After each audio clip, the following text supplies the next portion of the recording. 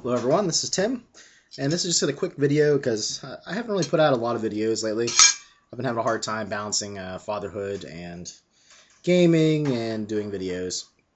Right now Wes is walking around in the kitchen in his walker, opening up drawers and such. He started crawling last week, so he's on the move. So it's been a little bit hard to kind of balance everything. So this video is a thank you to Zigcopacetic, Eunice, and Rohir for being in the Skype group that I'm playing in. It's been very consistent. Attendance has been good, and it's been a lot of fun. I've played a character named Bertin Cytell, which is kind of a scheming bastard.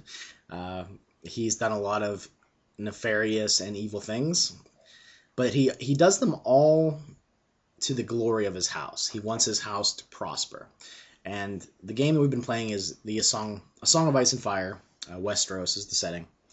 And my character, Bertin, he has done a lot of bad things, like I said. But always in the back of his mind, he's always trying to do good for his house. The kind of ironic thing about that is some of his deeds that he's done are starting to catch up with him. So he has this looming shadow over his head that's kind of been there the whole game. And now some of his choices and actions are starting to come home to roost, and he's having a hard time with it. He's questioning things like his faith. Well, he's always questioned his faith, but he used to be a septon, and he stepped down. But now he's wondering if, his life is going to be ending soon, and, maybe he should go back to that. Maybe he'll accept the old gods and the new gods.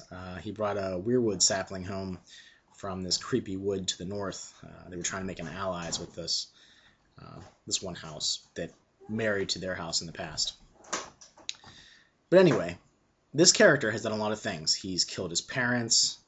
He's debated about killing the ruler of the house that he's in now, his father's brother's house. But he's also very devoted to his cousin, who he thinks is a male, Brian, but it's actually a female. And the reason they've done that is so that they regain and hold on to their ruling, the ruling family, because males only inherit rulership in the Riverlands. That's where our game's taking place. So it's been a very interesting game.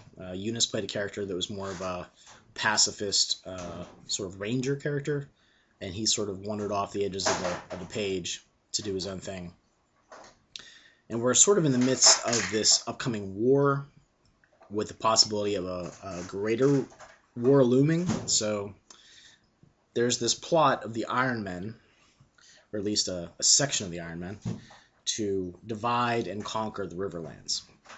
They want to light the Riverlands on fire by having Minor House and Minor House go to war, and then while they're fighting, they're going to come in. At least that's what we suspect.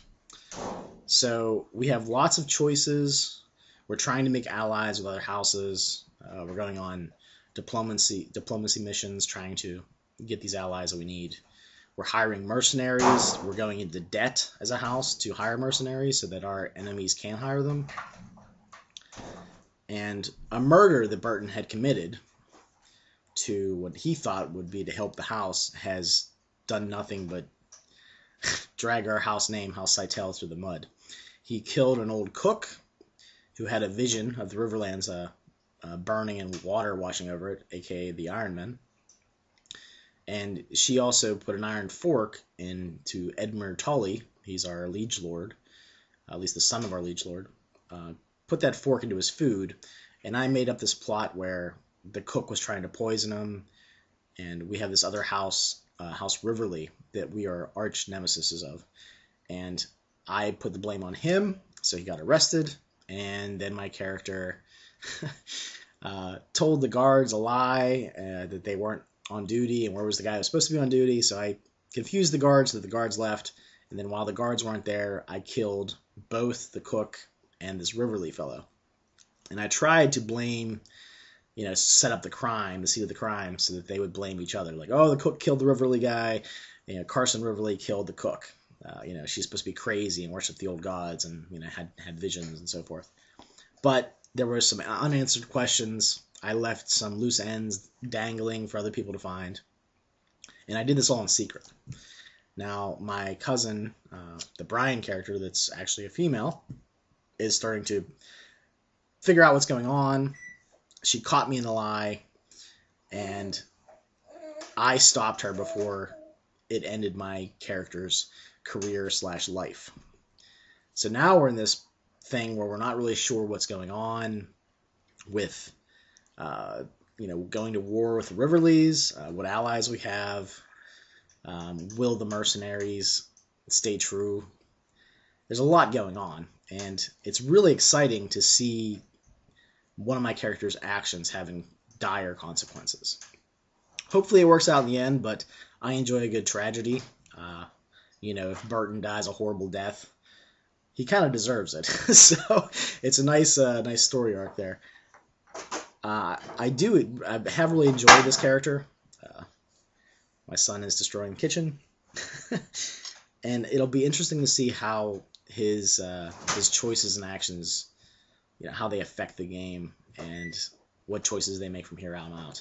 Right now, Bertin and Lily, I think, are closer, but I think his cousin Lily is maybe scared of him, that she realizes he's capable of very terrible things in the name of honor, in the name of, well, maybe not honor, but in the name of his house. He's willing to do anything. The ends justify the means. And sometimes he's just a bit rash and doesn't think about the far-reaching consequences of his actions.